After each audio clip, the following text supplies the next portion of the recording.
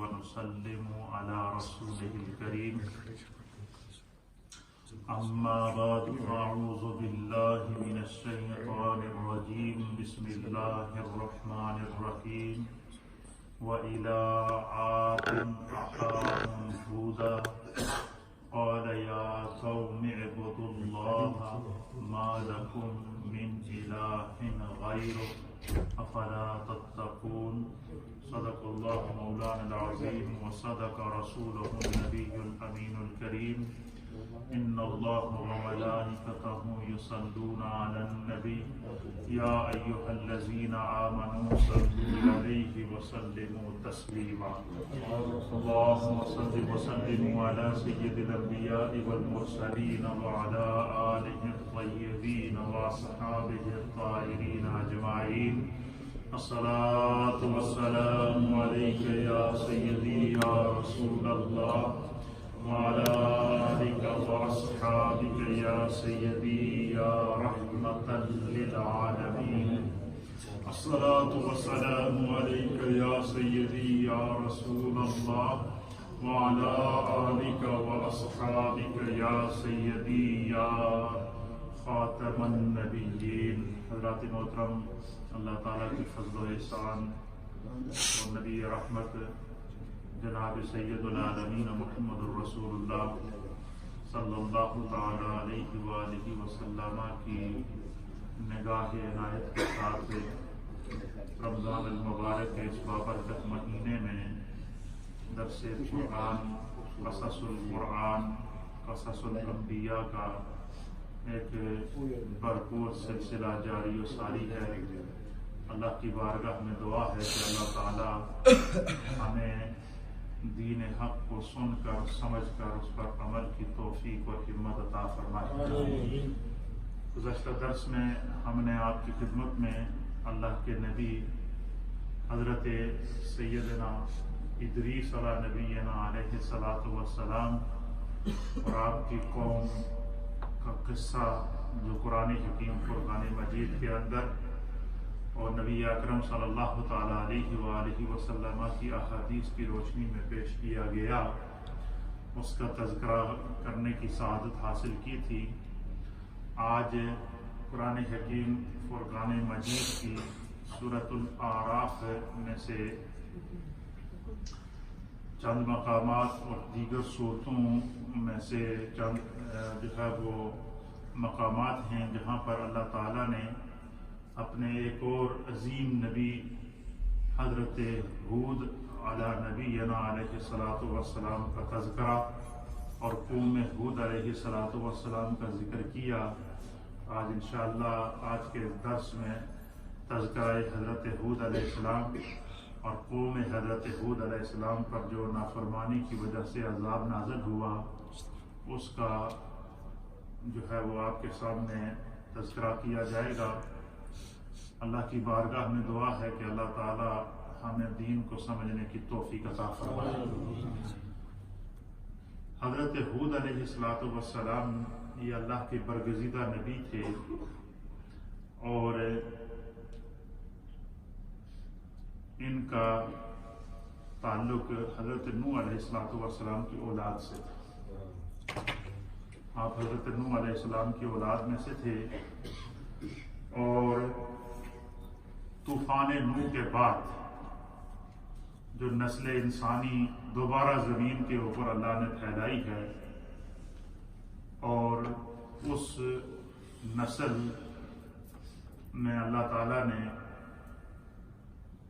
حضرت نوح علیہ السلام کی اس قوم کو جو آگے اولاد عطا فرمائی، نسل عطا فرمائی، وہ ایک بڑی طاقتور قوم تھی۔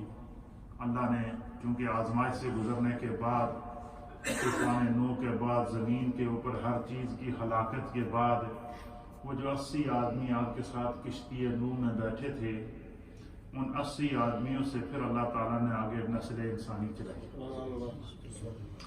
پھر آگے ان کی نسل چلی تو ان کی نسلوں میں سے ایک ایسی قوم اللہ نے پیدا کی جس قوم کو قوم عاد کہتے تھے۔ کیا کہتے تھے؟ قوم عاد، یہ حضرت ہود علیہ السلام کو اللہ نے جس قوم کی طرف نبی بنا کر بھیجا اس قوم کا نام قوم عاد تھا۔ کیا تھا؟ یہ عین الف آ اور دال، عاد، یہ عین والا عاد، الف والا نہیں۔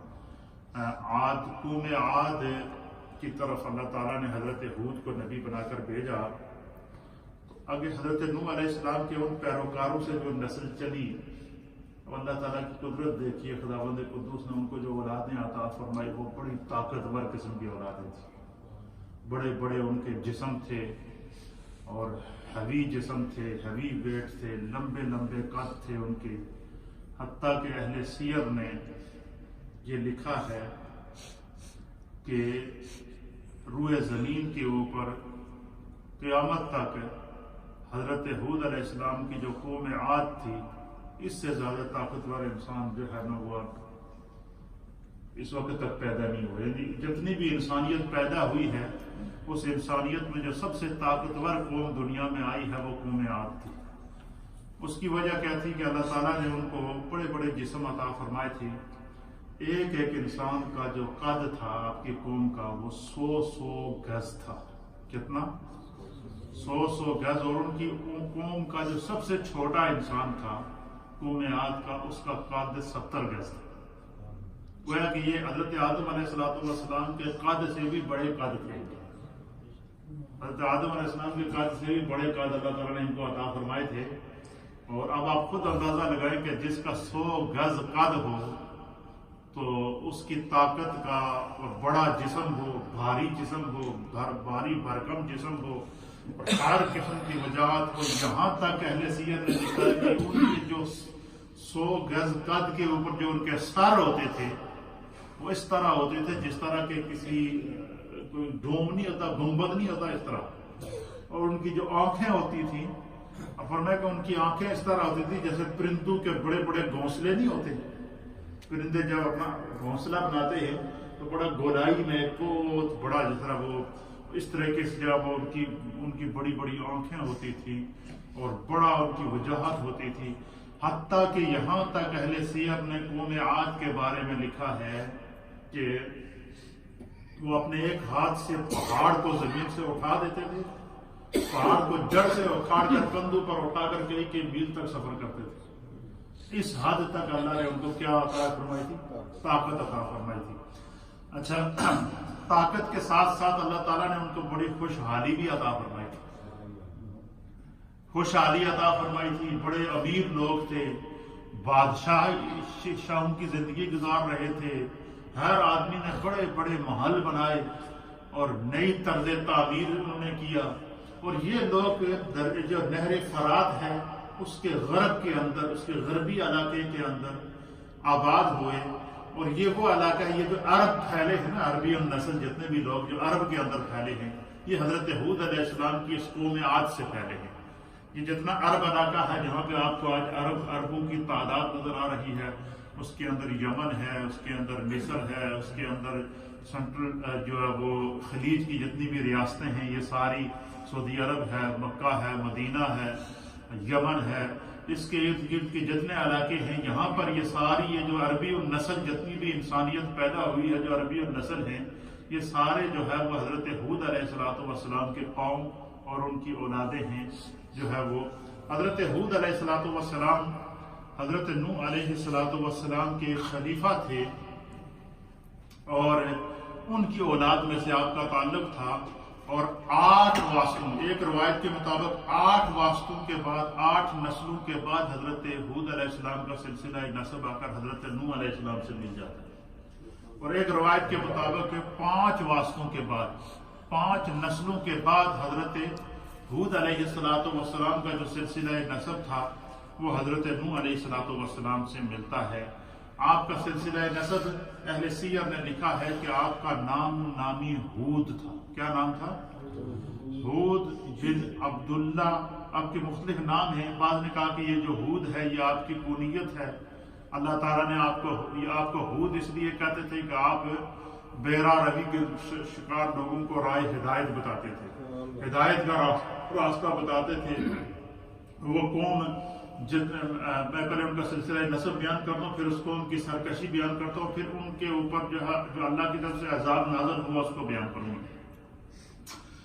ہود بن عبداللہ، حضرت ہود کے جو والد تھے ان کا نام عبداللہ تھا، اور نبی پاک صلی اللہ علیہ وسلم کی جو والد تھے ان کا نام بھی عبداللہ تھا۔ یہ اس میں ایک مماثلت یہ ہے کہ حضور علیہ السلام کے والد ماجد کا نام بھی حضرت سیدنا عبداللہ رضی اللہ تعالیٰ عنہ تھا، اور حضرت ہود کے جو والد تھے ان کا نام بھی عبداللہ تھا۔ ہود بن عبداللہ بن ریاح بن خلود بن عاد، ان کے نام سے جانا، یہ ان کے جو پردادا تھے ان کے نام سے ان کی قوم منسوب تھی جس کو قوم عاد کہتے تھے۔ ہود بن عبداللہ بن ریاح بن خلود بن عاد بن اوس بن شالح بن ارفشن بن سام بن نوح، یہ 9 واسطوں کے بعد حضرت ہود علیہ السلام کا جو سلسلہ نسب تھا یہ جا کر حضرت نوح علیہ السلام سے ملتا تھا۔ تو گویا کہ حضرت ہود علیہ السلام آپ حضرت نوح علیہ السلام کی اولاد میں سے تھے۔ دوسرا سلسلہ نسب بھی آپ کے حوالے سے مفسرین نے بیان فرمایا ہے کہ آپ جو ہے وہ ہود بن شالح بن ارفش بن شام بن نوح کہ 5 واسطوں کے بعد جو وہ آپ کا واسطہ ایک سلسلے سے جا کر وہ بھی حضرت نوح علیہ السلام سے ملتا ہے۔ آپ کا نام بعد میں لکھا کہ بعض مفسرین نے لکھا کہ یہ جو ہود ہے یہ حضرت ہود علیہ السلام کا نام نہیں تھا، یہ آپ کی کنیت تھی، یہ آپ کا لقب تھا جس کو اللہ تعالیٰ نے جس لقب سے آپ کو بلایا۔ جس طرح کہ نوح علیہ السلام کا نام عبد الغفار تھا، لیکن نوح آپ کو اس لیے کہتے تھے آپ ہر وقت خوف خدا سے نوحہ کرتے تھے، روتے رہتے تھے، آنسو بہاتے رہتے تھے، اور خدا کو آپ کی یہ ادا اتنی پسند آئی کہ اللہ نے آپ کی اس ادا کو ہی آپ کی پہچان بنا دی۔ جس طرح کہ نبی پاک صلی اللہ علیہ وسلم کے ایک صحابی تھے جن کا نام تھا حضرت ابو ہریرہ، کیا نام تھا؟ ابو ہریرہ رضی اللہ تعالیٰ عنہ، ان سے سب سے زیادہ ان صحابہ میں حدیث روایت ہے۔ یہ ہر وقت سرکار کے ساتھ رہتے تھے، جو بھی حدیث ہوتی اس کو لکھ لیتے تھے، اس کو بیان کرتے تھے، اس کو روایت کرتے تھے۔ تو ان کو بلیوں سے بڑی محبت تھی، بلیاں رکھی ہوتی تھی انہوں نے۔ تو ایک دن سرکار دوارا صلی اللہ علیہ وسلم نے دیکھا کہ ابو ہریرہ نے کہ ارد گرد بلیاں ہی بلیاں، تو حضور نے فرمایا یا ابا ہریرہ، اے بلیاں دے ابا۔ حضور نے کیا فرمایا؟ کیا بلیوں کے باپ۔ اب یہ سرکار نے ابو ہریرہ ان کو پیار سے کہا۔ کس سے کہا؟ اب جتنے پیار سے سرکار نے ان کو ابو ہریرہ کہا، اب لوگ ان کا اصل نام ہی بھول گئے۔ ہر آدمی جانتا ہے واہ نبی ہریرہ، واہ نبی ہریرہ، واہ نبی ہریرہ، واہ نبی ہریرہ، اور وہ اس نام پر ناز کرتے تھے۔ کیوں؟ کہ سرکار نے مجھے جو ہے وہ اس نسبت سے، اس لقب سے پکارا ہے۔ تو اللہ کے نبیوں کا جو ادا رب کو پسند آتی تھی، اللہ تعالیٰ ان کو اس ادا سے پکارتا تھا۔ جیسے کہ اللہ کے حبیب علیہ السلام کو قرآن حکیم فرقان مجید کے اندر اللہ تعالیٰ کے بھی فرماتا ہے یا ایھا المزمل، اے مزمل کی چادر اوڑھ کر اپنے رب کی پوری رات عبادت کرنے والے۔ اللہ کو حضور کی چادر اوڑھ کر پوری رات عبادت کرنا پسند آیا۔ اللہ نے نام سے نہیں پکارا، اس چادر کی سے یا اس نسبت سے آپ کو پکارا۔ پھر اسی طریقے سے یا ایھا النبی ہو، یا ایھا الرسول ہو، اور یا ایھا المدثر ہو۔ اس طریقے سے اللہ تعالیٰ نے جو حضور علیہ السلام کی ادا جیسے جیسے پسند آتی، خدا اس ادا سے اپنے محبوب کو آوازیں دیتا تھا، پکارتا تھا۔ اسی طریقے سے حضرت ہود علیہ السلام کے بارے میں لکھا ہے کہ آپ کا جو نام تھا وہ عابر تھا۔ کیا نام ہے؟ عین الف آ با اور را، عابر۔ آپ کا نام عابر تھا، اور بعض نے کہا کہ آپ کا نام عبیر تھا، بعض نے کہا کہ آپ کا نام غبیر تھا یا غبیر تھا۔ تو آپ کی کنیت جو ہے وہ آپ کا لقب ہود تھا، اور ہود کا معنی ہے کائنات کو رشد و ہدایت کی تعلیم دینے والا، لوگوں کو بھٹکے ہوئے راستے سے نکال کر راہ ہدایت پر لانے والے کو ہود کہتے ہیں، ہادی کہتے ہیں۔ تو فرمایا کہ آپ کو شاید اس بنا پر بھی ہود کہا جاتا ہے، یا بعض نے کہا کہ کیونکہ اللہ نے فرمایا کہ وہ آپ کو اللہ نے ہود کر کے بلایا ہے، اس لیے آپ کا نام ہی ہود ہے۔ عطا ہم لقب ہو یا نام ہو، دونوں کی نسبت حضرت ہود علیہ نبی علیہ السلام کی طرف ہے۔ تو حضرت ہود کے نام سے ہم اس لیے پکارتے ہیں کہ آپ کو اللہ نے ہود کہا ہے، اس لیے ہم بھی آپ کو ہود ہی کہتے ہیں۔ اس لیے حضرت نوح علیہ السلام کا اصل نام جو عبد الغفار تھا، لیکن ہر وقت خدا کے خوف سے، خدا کی محبت میں روتے رہتے تھے، آنسو بہاتے رہتے تھے، اور جو ہے وہ اللہ تعالیٰ نے آپ کو جو ہے وہ نوح کہہ دیا، نوح سے پکارا، اور آپ نوح علیہ السلام کے نام سے مشہور ہوئے۔ اب اس میں جو بات سمجھنے کی ہے، دیکھو انسان جو ہے، سبق ہمیں ہر چیز سے حاصل کرنا چاہیے۔ اللہ قرآن میں فرماتا ہے کہ ان الانسان لربہ لکنود، کہ یہ جو انسان ہے یہ اپنے رب کا بڑا ہی ناشکرا ہے۔ آدمی کو جب کوئی نعمت مل جائے نا، یا اقتدار مل جائے، یا پیسہ مل جائے، یا دولت مل جائے، یا کوئی خوشحال ہو جائے، تو وہ اپنی جو گزرا ہوا مشکل وقت ہوتا ہے اس کو بھول جاتا ہے، اس کے اندر تکبر آ جاتا ہے، غرور آ جاتا ہے۔ الا ماشاء اللہ، کئی ایسے ہیں کہ جن کو خدا نے عزت دی ہے، جتنی ان کی عزت بڑی اتنی ان کی عاجزی بڑی ہے، اور یہ ساری صفات کس کے اندر اللہ نے ڈالی ہیں؟ انبیاء اکرام میں ڈالی ہے۔ خداوند قدوس نے حضرت سلیمان علیہ السلام کو، پورے لوگوں کو تو ایک ملک کی بادشاہت ملتی ہے تو وہ پھولے سے نہیں سماتے، لیکن اللہ کے نبی سلیمان کو اللہ نے روئے زمین کی بادشاہت عطا فرمائی، اور نہ صرف انسانوں کی بادشاہت عطا فرمائی تھی بلکہ آپ کو جانوروں کی بادشاہت عطا فرمائی تھی، جانوروں کا کنٹرول آپ کو عطا فرمایا، پرندوں کی بولیاں آپ بولتے تھے، جانوروں سے آپ باتیں کرتے تھے۔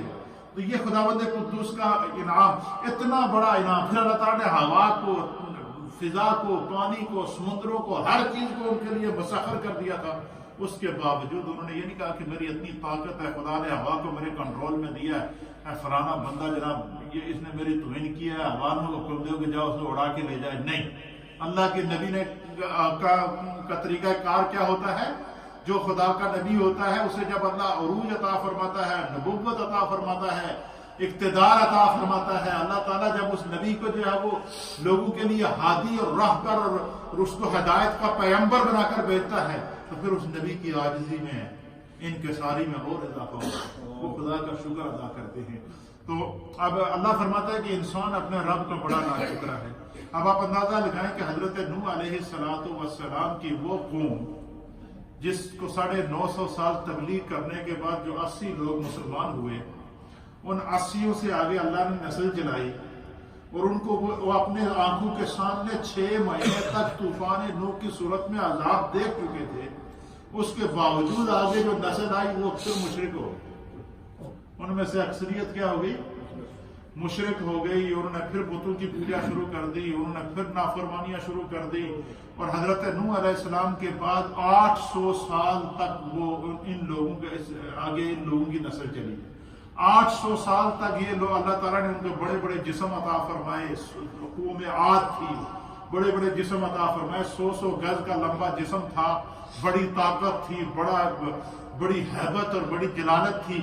اس کے باوجود جناب بڑے بڑے محلات، انہوں نے پتھروں کے بڑے بڑے محلات بنائے ہوتے تھے، اور اس کے باوجود انہوں نے پھر نافرمانی شروع کر دی۔ انہوں نے 3 بڑے بت بنائے، اللہ کی عبادت کو چھوڑ کر اس بتوں کی پوجا شروع کر دی۔ 800 سال کے بعد، طوفان نوح کے 800 سال کے بعد اللہ تعالیٰ نے حضرت ہود علیہ السلام کو بھیجا۔ حضرت ہود علیہ السلام ان کے بیچ میں رہے۔ حضرت ہود کو بھی اللہ نے بڑا جسم عطا فرمایا تھا، بڑی طاقت عطا فرمائی تھی، اور تسی خود اندازہ لگا کہ جس قوم کے نبی حضرت ہود علیہ السلام بن کر آئے تو اللہ نے اس قوم پر انہیں ہر طرح سے برتری تو عطا کرنی تھی نا، تو اللہ تعالیٰ نے ان کو بھی بڑا ہیوی جسم عطا فرمایا تھا، اور خوبصورت چہرہ عطا فرمایا۔ آپ کے بارے میں، آپ کی شکل و شباہت کے بارے میں اہل سیرت نے لکھا ہے، آپ کا حلیہ مبارک لکھا ہے کہ اس کو، آپ کے حلیہ مبارک کو صاحب تفسیر مظہری نے تفسیر مظہری کے اندر نقل فرمایا ہے۔ اسی طریقے سے علامہ جلال الدین سیوطی نے نقل فرمایا ہے۔ تفسیر تبیان القرآن کے اندر علامہ غلام رسول سعیدی رحمۃ اللہ علیہ نے نقل فرمایا ہے۔ اسی طریقے سے علامہ ابن کثیر نے البدایہ والنہایہ کے اندر نقل فرمایا ہے۔ اسی طریقے سے تاریخ الامم والملوک کے اندر جو ہے وہ علامہ طبری نے نقل فرمایا ہے۔ اسی طریقے سے تذکرۃ الانبیاء کے اندر نقل فرمایا گیا ہے۔ صاحب روح المانی نے اس کو نقل فرمایا ہے، اور صاحب تفسیر جو ہے وہ کبیر نے اس کو نقل فرمایا ہے کہ حضرت ہود علیہ السلام کا جو حلیہ مبارک تھا، جو اللہ نے آپ کو صورت عطا فرمائی تھی، جو جسم عطا فرمایا تھا، وہ کیسا تھا؟ آپ فرماتے ہیں کہ آپ کی رنگت جو ہے وہ گندم تھی، یعنی گندمی رنگ تھا۔ کیا نام رنگ تھا؟ گندمی رنگ تھا، بال جسم کے اوپر زیادہ تھے، چہرہ مبارک انتہائی خوبصورت تھا۔ کیا لکھا آپ کا چہرہ مبارک کیا تھا؟ حضرت ہود علیہ السلام کا چہرہ مبارک انتہائی خوبصورت تھا۔ آپ حضرت آدم علیہ نبینا علیہ السلام کے مشابہ تھے، یعنی آپ کی جو شکل و صورت تھی حضرت ہود علیہ السلام کی، یہ حضرت آدم علیہ السلام کی سے بالکل ملتی تھی۔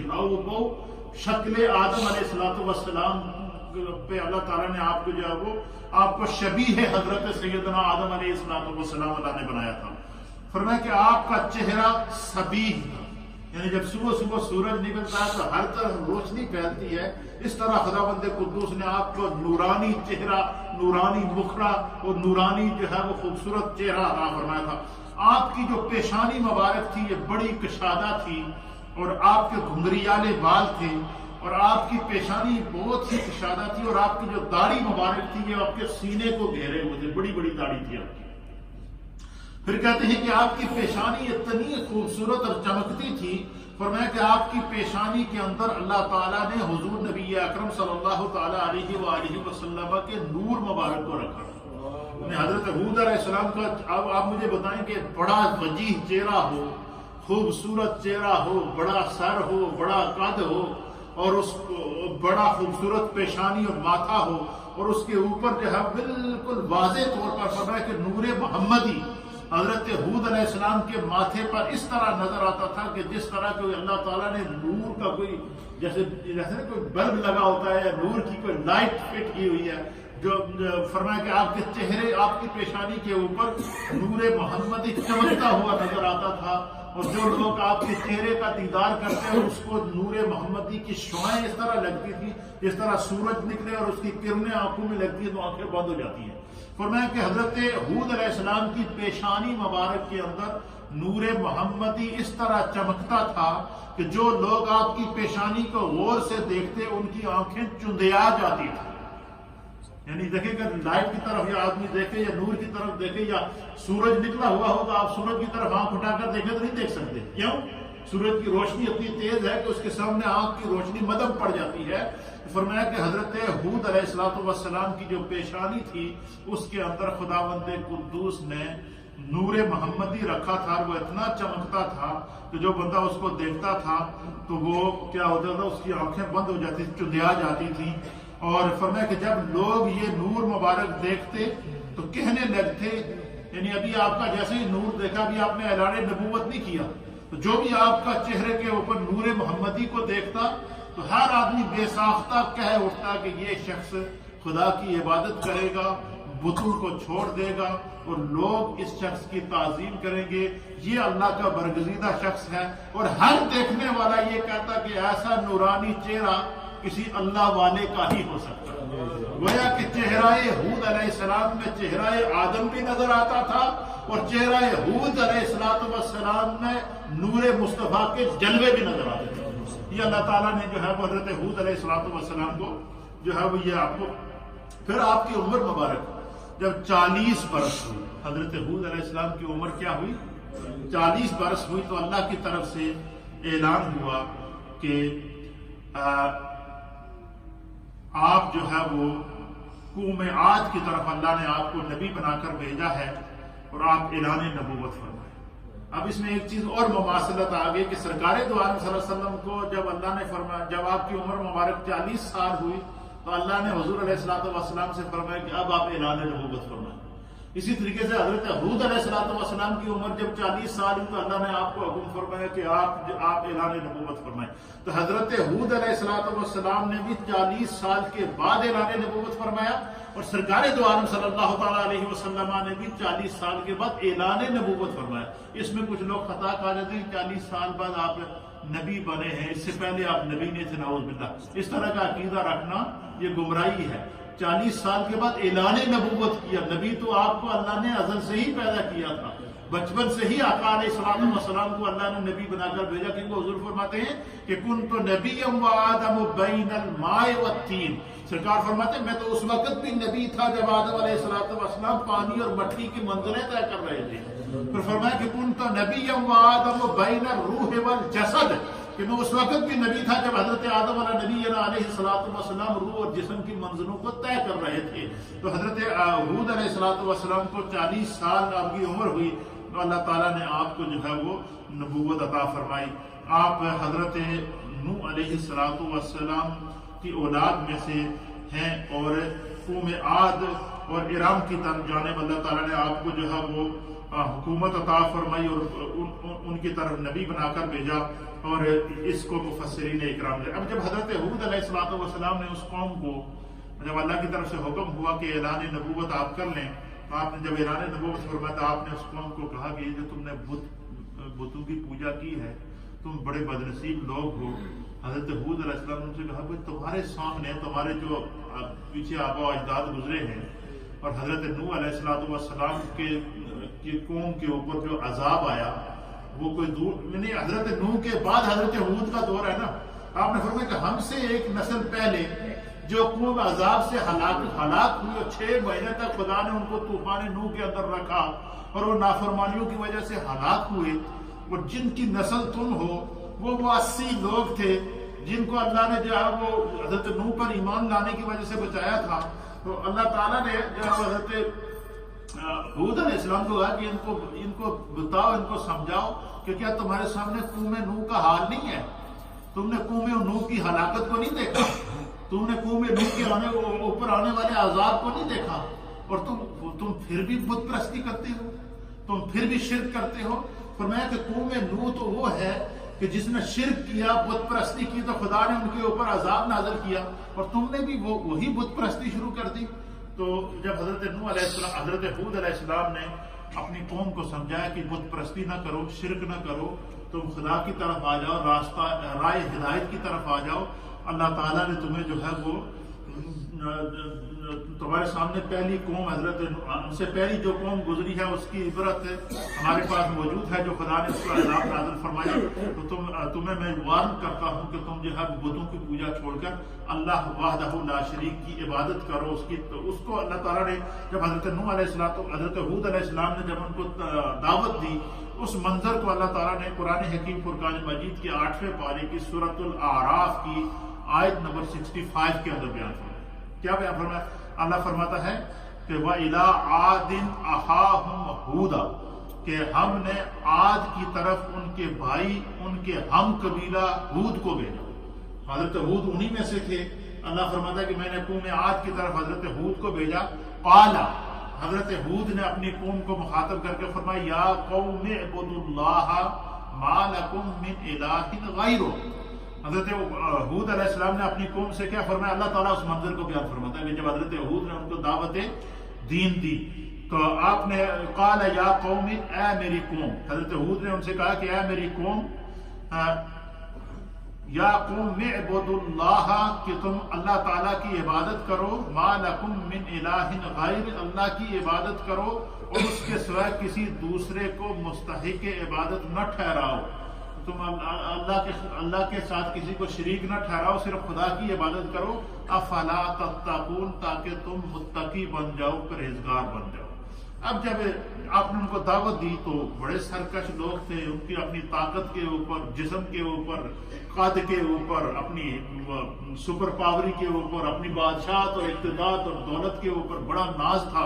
انہوں نے حضرت جو ہے وہ ہود علیہ السلام کی شان میں گستاخی کی اور ان کو منع کر دیا. قرآن کریم فرقان مجید کی اس سے اگلی آیت کے اندر اس منظر کو بیان فرماتا ہے کہ انہوں نے حضرت نوح علیہ السلام حضرت ہود علیہ السلام کو جو ہے وہ کہا کہ جو ہے وہ آپ ہمیں جو ہے وہ جس طرف بلا رہے ہیں اس طرف جانا تو بیوقوفی ہے, یہ بیوقوفوں کا کام ہے, اور آپ کی شان میں گستاخیاں کی اور آپ ان سے آپ ہمیں تنگ نہ کریں ورنہ ہمارے جسم بڑے طاقتور ہیں, ہم جو ہے وہ یہ جنگ کریں گے, آپ کے ساتھ لڑائی کریں گے. تو حضرت ہود علیہ السلام کے بارے میں اہل سیرت نے لکھا کہ آپ کی ایک بڑی خاصیت تھی, آپ کا جو اخلاق تھے, جو آپ کا خلق تھا وہ بڑا پیارا تھا.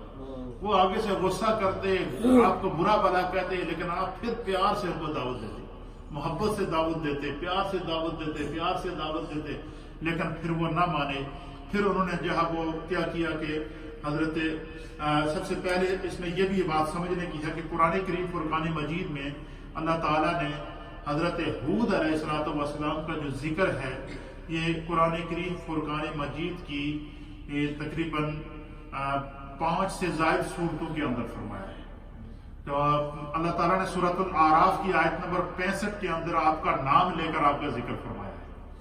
اسی طریقے سے اللہ تعالیٰ نے سورۃ الہود سورہ ہود کی آیت نمبر 50 کے اندر، آیت نمبر 53 کے اندر، سورہ ہود کی آیت نمبر 58 کے اندر، سورہ ہود کی آیت نمبر 60 کے اندر اور سورہ ہود کی آیت نمبر 98 کے اندر، یہ تقریباً 5 آیات ہیں سورہ ہود کے اندر جس میں اللہ تعالیٰ نے نام لے کر حضرت ہود علیہ السلام کا ذکر کیا.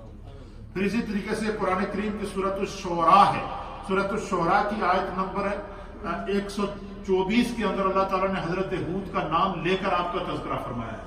تو اس سے آپ حضرت ہود علیہ السلام کی عظمت کا، آپ کے مقام کا اور آپ کے مرتبے کا اندازہ لگا سکتے ہیں کہ خداوند قدوس قرآن کریم فرقان مجید نے مختلف مقامات کے اندر، مختلف صورتوں کے اندر اللہ مختلف انداز سے، مختلف پیرائی کے ساتھ اپنے پیارے نبی حضرت ہود کا ذکر کر رہا ہے، تذکرہ کر رہا ہے. پتہ چلا کہ نبیوں کا ذکر بار بار کرنا یہ سنت الہیہ ہے. نبیوں کا ذکر بار بار کرنا یہ اسلوب قرآن ہے. نبیوں کا تذکرہ بار بار بیان کرنا یہ قرآن کریم فرقان مجید کی تعلیمات اور اسلوب ہے. جس طرح کہ میں نے آپ کے اس سے پہلے حضرت آدم علیہ السلام کے جتنی صورتوں میں تذکرہ آیا، حضرت نوح علیہ السلام کے جتنی صورتوں میں تذکرہ آیا، حضرت ادریس علیہ السلام کے جتنی صورتوں میں تذکرہ آیا، اور اسی طرح سے قرآن کریم کی ان 5 سے زائد صورتوں کے اندر اللہ تعالیٰ نے حضرت ہود علیہ السلام کا نام لے کر آپ کا ذکر کیا. تو گویا رب یہ چاہتا ہے کہ قرآن کی جب اللہ وحی نازل کر رہا ہے، اللہ جب قصص بیان کر رہا ہے پچھلی امتوں کا، تو ان امتوں میں جہاں امتوں کی ہلاکت کو بیان کر رہا ہے وہاں خداوند قدوس ان امتوں کی طرف جو اللہ نے نبی بھیجے ہیں ان نبیوں کا ذکر محبت سے کر رہا ہے. کبھی ان کی کونیت سے اللہ ان کو پکار رہا ہے، کبھی ان کے لقب سے اللہ ان کو پکار رہا ہے، کبھی ان کی صفات اور کمالات سے اللہ ان کو پکار رہا ہے. تو پتہ چلا نبیوں کا ذکر ان کی صفات کے ساتھ کرنا، نبیوں کا ذکر ان کے کمالات کے ساتھ کرنا، نبیوں کا ذکر ان کے معجزات کے ساتھ کرنا، نبیوں کا ذکر ان کی عظمتوں اور رفعتوں کے ساتھ کرنا، یہ سنت الہیہ بھی ہے، اسلوب قرآن بھی ہے اور سنت مصطفیٰ کریم صلی اللہ علیہ وسلم. یہ اسلام ہمیں یہ تعلیم دیتا ہے، یہ محبت کی تعلیم دیتا ہے. تو اسی طریقے سے حضرت ہود علیہ السلام کی قوم کی جو نافرمانیاں تھی، ان کی جو بت پرستی تھی، نافرمانیاں تھی، سرکشی تھی، اس کو اللہ تعالیٰ نے قرآن کریم کی 9 صورتوں کے اندر بیان کیا. 9 صورتوں کے اندر اللہ تعالیٰ نے مختلف مقامات کے اندر قوم عاد کی نافرمانی، قوم عاد پر نازل ہونے والا عذاب، قوم عاد کی ہلاکت اور قوم عاد کا، قوم نوح کا عذاب دیکھنے کے بعد عبرت حاصل نہ کرنا اور پھر اپنے آپ کو دوبارہ ہلاکت میں ڈالنا، اس منظر کو بیان کر کے گویا پیغام قرآن ہمیں یہ اللہ کی طرف سے یہ پیغام دیا جا رہا ہے محمد مصطفیٰ کریم صلی اللہ علیہ وسلم کی امت کو کہ پچھلی امتیں نافرمانیوں کی وجہ سے، لاپرواہیوں کی وجہ سے، نبیوں کی گستاخیوں کی وجہ سے ہلاک ہوئی ہیں، اور اللہ نے تمہیں جو نبی عطا فرمایا وہ خاتم النبیین ہے، وہ امام الانبیاء ہے، وہ سید الانبیاء ہے، وہ جناب محمد الرسول اللہ صلی اللہ تعالیٰ علیہ وسلم ہے. تو سرکار دو عالم صلی اللہ علیہ وسلم کی کسی بھی حوالے سے گستاخی کرنا یہ کفر ہے. اور حضور علیہ السلام کی نافرمانی جو ہے وہ اللہ تعالیٰ مثال دے کر بتا رہا ہے کہ جس طرح پہلی امتوں کی ہلاکتیں ہوئی ہیں، تم نبی کی گستاخی کر کے، نبی کی نافرمانی کر کے اپنے آپ کو ان امتوں کی طرح ہلاکت کے اندر نہ ڈالو. اس میں جو عذاب کا ذکر، مختلف قوموں کے عذاب کو قرآن بیان کر رہا ہے، اس سے مراد عبرت حاصل کرنا ہے، نصیحت حاصل کرنا ہے. کس کو عبرت اور نصیحت حاصل کرنا ہے؟ محمد عربی صلی اللہ علیہ وسلم کی امت کو نصیحت حاصل کرنا ہے. تو قوم عاد کا ذکر اللہ تعالیٰ نے 9 صورتوں کے اندر کیا، یعنی سورۃ الاعراف کے اندر کیا، سورہ ہود کے اندر کیا، سورہ مومنون کے اندر کیا، سورہ شعراء کے اندر کیا، سورہ فصلت کے اندر کیا، اور سورۃ الاحقاف کے اندر کیا، سورہ زاریات کے اندر کیا، سورہ القمر کے اندر کیا، سورۃ الحاقہ کے اندر اللہ تعالیٰ نے قوم عاد، ان کی نافرمانیاں، ان کے اوپر نازل ہونے والے عذاب کو ان صورتوں کے اندر اللہ تعالیٰ نے متعدد آیات کے اندر جو ہے وہ بیان فرمایا تاکہ محمد مصطفیٰ کریم صلی اللہ تعالیٰ علیہ وآلہ وسلم کی امت کو جو ہے وہ اس سے سبق حاصل کیا جا سکے۔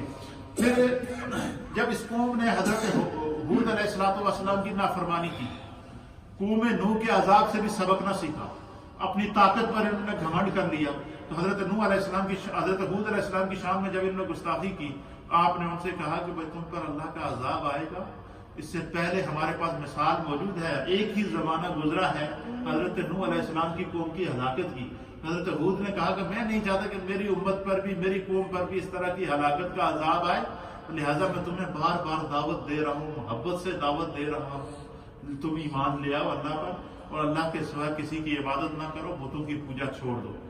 تو انہوں نے حضرت ہود علیہ السلام سے کہا کہ آپ بڑے جو ہے وہ کہتے ہیں ہم نبی ہیں، ہم کیسے مانے، آپ ہمارے جیسے بشر ہیں۔ یہ آج کل بھی ایک ٹرینڈ چلا ہوا ہے نعوذ باللہ من ذالک کہ حضور علیہ السلام ہم جیسے بشر ہیں، حضور کھاتے تھے ہم بھی کھاتے ہیں، حضور پیتے تھے ہم بھی پیتے ہیں، حضور چلتے تھے ہم بھی چلتے ہیں، نعوذ باللہ ہم میں اور حضور میں کیا فرق ہے۔ یہ بد عقیدہ لوگوں کا عقیدہ ہے، اور یہ عقیدہ کفار نافرمان قوموں کا عقیدہ تھا۔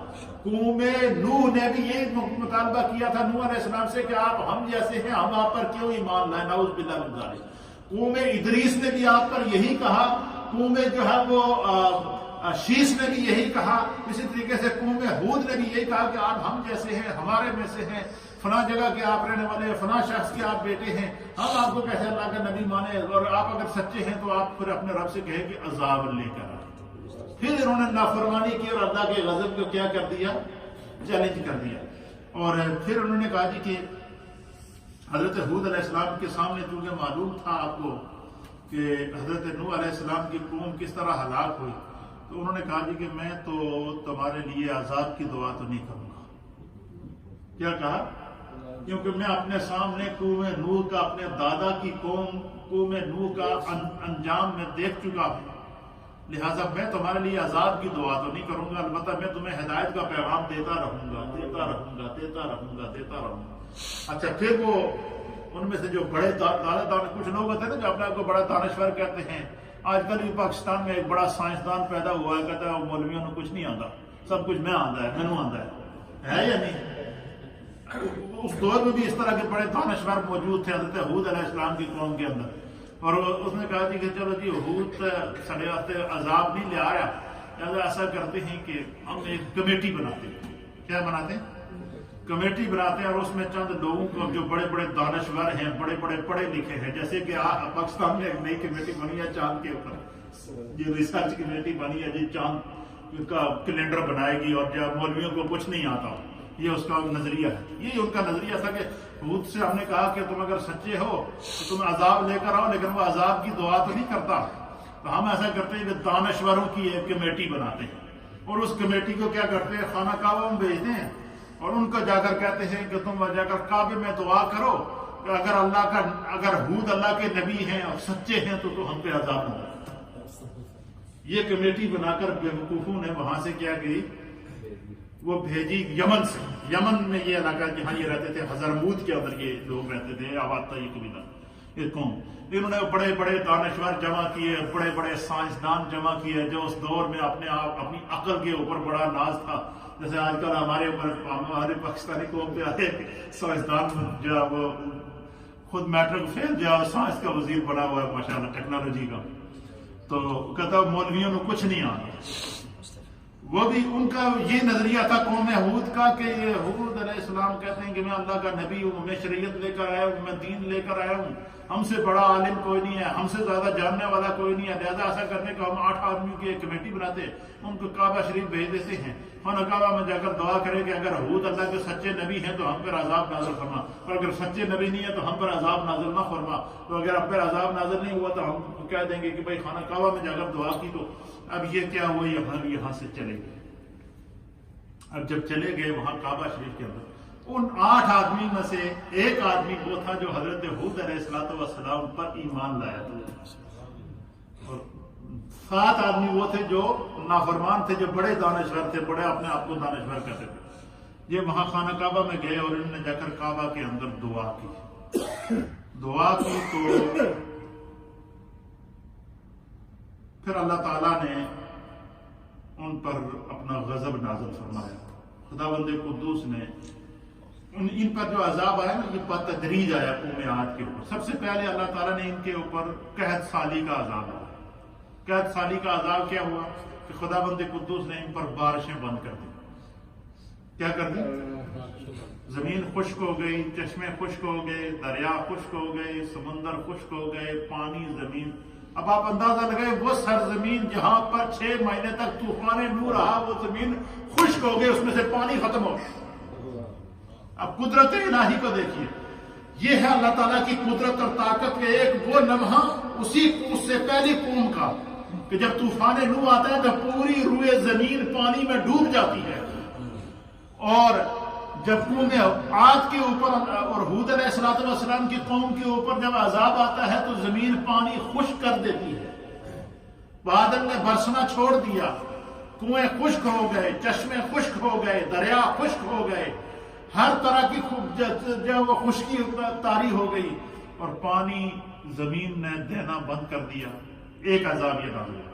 دوسرا عذاب یہ نازل ہوا کہ قوم عاد کی جتنی عورتیں تھیں، جتنی بھی عورتیں تھیں، ان سب کو اللہ نے بانجھ کر دیا. انہوں نے بچے پیدا کرنا بند کر دیا. ان کی اولادیں نہیں، ان کی نسل آگے نہیں چل رہی تھی. ایک تو بارشیں نہیں ہو رہی، دوسرا جو ہے وہ عورتیں بانجھ ہو گئی. اب یہ جب عذاب ان پر نازل ہوا بڑے پریشان ہوئے. پھر بھی حضرت نوح علیہ السلام نے ان سے کہا کہ ابھی بھی تم اللہ پر ایمان لے آؤ، بتوں کو چھوڑ دو، اللہ تعالیٰ تم پر کرم کرے گا. وہ تم خدا رحمان ہے، رحیم ہے، وہ اپنی مخلوق سے بے حد پیار کرتا ہے. تو وہ اللہ تم پر جو یہ عذاب اٹھا دے گا، بارش بھی نازل کرے گا، اللہ تمہاری نسلوں کو بھی بڑھائے گا. تو یہ جب حضرت ہود علیہ السلام نے ان کو دعوت دی تو ان میں سے پھر بھی کچھ جو تھوڑے بہت تھے جنہوں نے عقل تھوڑی کم کر دی سی، انہیں کیا جی کہ چل ہم آپ پر ایمان لے آتے. ان میں سے کچھ کیا آپ پر ایمان لیا، لیکن جو ڈٹے ہوئے تھے، جن کے دلوں پر موہر لگا رکھی تھی، اللہ تعالیٰ فرماتا ہے نا ایسے لوگوں کے بارے میں کہ ختم اللہ علی قلوبہم وعلی سمعہم وعلی ابصارہم غشاوۃ ولہم عذاب عظیم. کہ اللہ تعالیٰ نے ان کے دلوں پر مہر لگا رکھی ہے، ان کی آنکھوں پر پردہ، ان کے کانوں پر پردہ ہے. تو آنکھیں ہونے کے باوجود ان کو حق نظر نہیں آتا. تو اب کیا ہوا کہ جب پریشان ہو گئے تو پھر انہوں نے کہا جی کہ ہم وفد بھیجتے ہیں اور جا کر دعا کریں خانہ کعبہ کے اندر. تو ان میں سے جو دعا کرنے والے لوگ تھے، حضرت ہود کو انہوں نے پھر بھی نہیں مانا. ان دعا کرنے والوں میں سے ایک مومن تھا اور باقی ساتھ انہوں نے جو ساتھ میں کہا، انہوں نے کہا جی آپ کرو دعا. انہوں نے دعا کی جا کر خانہ کعبہ کے اندر، تو کوئی دعا کا اثر نہ ہوا. پھر ان میں سے جو ان کا مومن تھا، انہوں نے اس سے کہا کہ تو دعا کر. جب اس اللہ کے ولی نے حضرت ہود علیہ السلام پر ایمان لانے والے نے خانہ کعبہ میں ہاتھ بلند کیے نا کہ یا اللہ میں تیری بارگاہ میں اللہ کے نبی ہود کا واسطہ پیش کرتا ہوں، وہ نبی برحق ہیں اور میں ان پر ایمان لا چکا ہوں، ان کے صدقے ہماری قوم پر بارش نازل کرنا. تو اب روایات کے اندر آتا ہے کہ جیسے ہی وہ دعا کی گئی نے تو اللہ تعالیٰ نے آسمان سے فوراً بادل آنا شروع ہو گئے. 3 قسم کے بادل آئے آسمان پر. ایک بادل تھے سیاہ کالے بادل، جنہوں نے کہا خطرناک، جب بہت زیادہ آندھی آئے تو کالے بادل آتے ہیں. ایک بادل تھے سفید اور ایک بادل تھے جن کا کلر تھا سخت سرخ. 3 کلر کے بادل تھے. تو ان میں سے جو سفید بادل تھے وہ تو رحمت کی بارش تھی، کالے جو بادل تھے وہ عذاب کی تھی، اسی طرح سے سرخ جو بادل تھے وہ بھی عذاب کی بارش تھی. اب اللہ تعالیٰ نے ان کو اختیار دیا کہ آپ ان حضرت ہود سے کہا کہ آپ ان سے کہیں جی کہ تم ان 3 بادلوں میں سے اگر آپ پر وہ ایمان لے آتے ہیں تو اللہ تعالیٰ ان پر رحمت کا میਂہ برسائے گا. اگر وہ آپ پر ایمان نہیں لاتے پھر کہیں کہ انہوں نے دعا مانگی یا عذاب کی تو ان سے کہو کہ انتخاب کرو کون سا بادل چاہیے تمہیں. انہوں نے کہا جی ہمیں ایمان تو نہیں لانا ہے حضرت ہود پر، آپ کچھ بھی کریں. تو باقی جو ہے وہ اگر ہمیں بادلوں کا اختیار دیا گیا تو ہم وہ جو کالے بادل ہیں وہ لیں گے. ان کا یہ تھا کہ کالے بادل آئیں گے تو ایک دم بارش ہوگی تو زمین کیا ہوگی، جل تھل ہو جائے گی اور زمین کی خشکی ختم ہو جائے گی، کنویں پانی دینا شروع کر دیں گے، پہاڑوں سے پانی آ جائے گا، دریا چلنا شروع ہو جائیں گے. انہوں نے اس آندھی کو، کالی آندھی کو، اس کو کہا کہ ہمیں یہ بادل چاہیے. تب اللہ تعالیٰ نے ان کے اوپر پھر عذاب نازل کیا، اور وہ ہواؤں کا عذاب اللہ نے ان پر نازل کیا. وہ پھر بھی حضرت ہود علیہ السلام کو انہوں نے نہیں مانا. اللہ نے ان پر عذاب نازل کیا، ہواؤں کا عذاب ان کے اوپر آیا. قرآن نے ان ہواؤں کو سر کا لفظ دیا کہ وہ جو ہوا تھی ان کے اوپر وہ آندھی تھی، طوفان تھا، اور ایسی ہوا چل رہی تھی کہ جس نے ان کے وہ بڑے بڑے مکانات اٹھا کے رکھ دیے. حتیٰ کہ اس منظر کو جو ہے وہ اہل سیر نے بیان کیا ہے کہ ان کے اوپر جب وہ عذاب آیا تو عذاب کی کیفیت کیا تھی کہ تیز ہوائیں چلتی اور وہ ہوائیں ان کو اٹھا کر لے جاتی، پہاڑوں کے ساتھ جا کر پٹک پٹک کر ان کو مارتی. ان کے مکانات جو ہے وہ پہاڑوں کے ساتھ جا کے ٹکرائے. پھر ان کے جو جانور تھے، اونٹ، وہ ہواؤں میں اڑتے اور جا کر پہاڑوں کے ساتھ ٹکرا جاتے. اور کمال کی بات یہ ہے کہ اسی علاقے میں ایک مقام پر حضرت ہود علیہ السلام موجود تھے، اور ان کے ساتھ وہ آپ کے پیروکار جو آپ پر ایمان لائے تھے، آپ کی وہ قوم موجود تھی. تو جب وہ حضرت ہود علیہ السلام کی وہ قوم جب وہ وہاں موجود ہوتی تو وہ ہوا جب ان کی طرف آتی، وہ آندھی جب ان کی طرف آتی تو نرم ہو جاتی، ان کو اس سے سکون ملتا. اور وہی آندھی جب نافرمانوں کی طرف جاتی تو حتیٰ کہ ایک عورت اس آندھی کو دیکھ کے جب بے ہوش ہوئی، وہ جب ہوش میں آئی تو انہوں نے اس سے پوچھا کہ تو چیخ مار کے بے ہوش ہوئی تھی تو کس چیز نے تمہیں بے ہوش کیا؟ اس نے کہا کہ میری طرف کالی آندھی آ رہی تھی، اس کے اندر آگ تھی، اس کے اندر آگ جلتی ہوئی مجھے نظر آ رہی تھی جو ہماری طرف بڑھ رہی تھی. اس آگ کو دیکھ کر میں چیخی ہوں. اللہ نے پھر ان کے اوپر عذاب نازل کیا، ان کے گھر تباہ ہو گئے، ان کی وہ پوری قوم ہلاک ہو گئی. وہ ساری کی ساری کیا ہوگی؟ ہلاک ہو گئے. جب ہلاک ہو گئے تو زمین پوری انسانوں سے بھر گئی، لاشوں سے بھر گئی. پھر قرآن اس منظر کو بیان کرتا ہے کہ اللہ تعالیٰ نے پھر اس ہوا کو حکم دیا، ہوا کو حکم دیا کہ ریت اڑا کر ان کے اوپر ڈالو. پھر ریت ان کے اوپر ڈالا. پھر وہ ریت کے اندر ان کے جسم ریت کے طوفانوں میں چلے گئے. پھر جب وہ ہوا کو حکم دیا کہ ان کو اٹھاؤ اور اڑا کے سمندروں میں ڈال دو، ہوا نے ان کو اٹھا کر سمندروں میں ڈالا. پھر وہ لوگ جو حضرت ہود علیہ السلام پر ایمان لائے، ان سے آگے پھر نسل انسانی چلی، پھر ان سے اور نافرمان پیدا ہوئے، آج تک پیدا ہو رہے ہیں. اس لیے قرآن کریم فرقان مجید کا جو میسج ہے وہ میسج یہ ہے کہ قرآن جو ہمیں سابقہ امتوں کا ذکر کر رہا ہے، سابقہ امتوں کے عذاب کا ذکر کر رہا ہے، یا سابقہ انبیاء کے کمالات اور عظمتوں کو بیان کر رہا ہے. اس میں امت مصطفیٰ کریم صلی اللہ تعالیٰ علیہ وسلم کو یہ نصیحت کرنا ہے کہ ہمیں پہلی امتوں کو نافرمانیوں کی وجہ سے عذاب ملا ہے.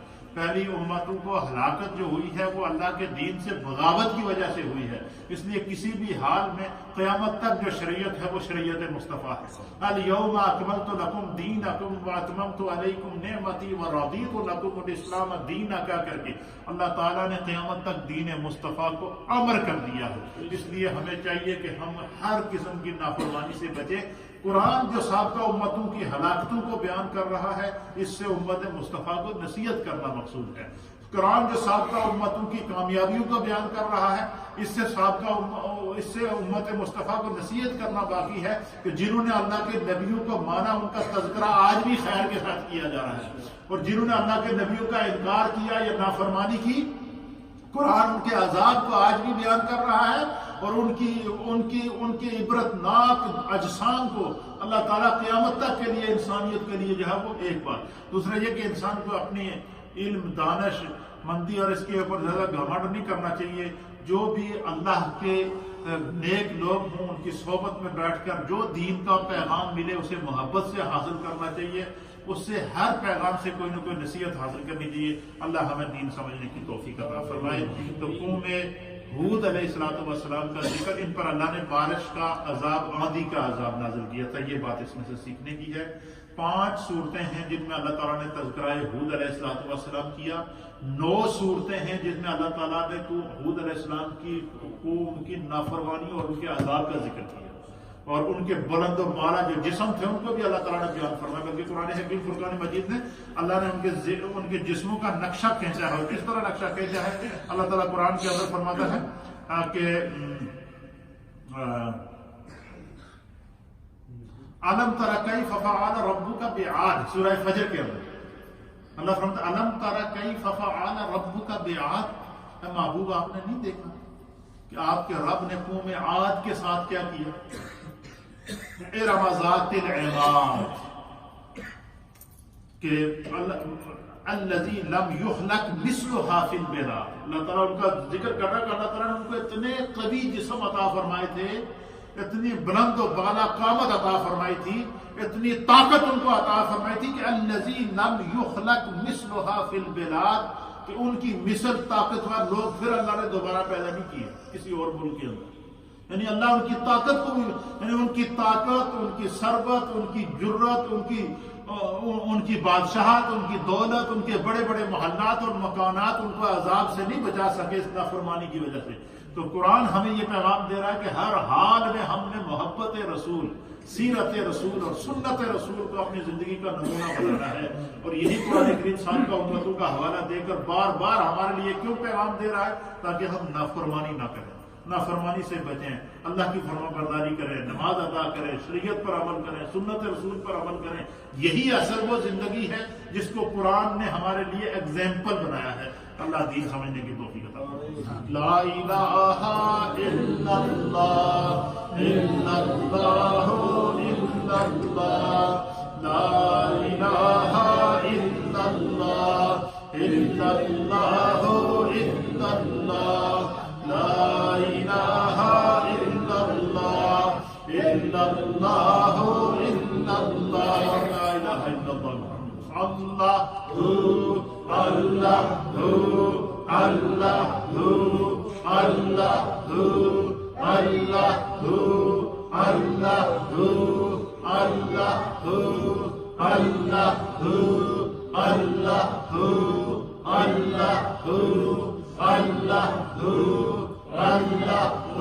اللہ اللہ حضرات ایک دفعہ سورہ فاتحہ شریف، 3 دفعہ سورہ اخلاص شریف، آج کی اس مجلس کو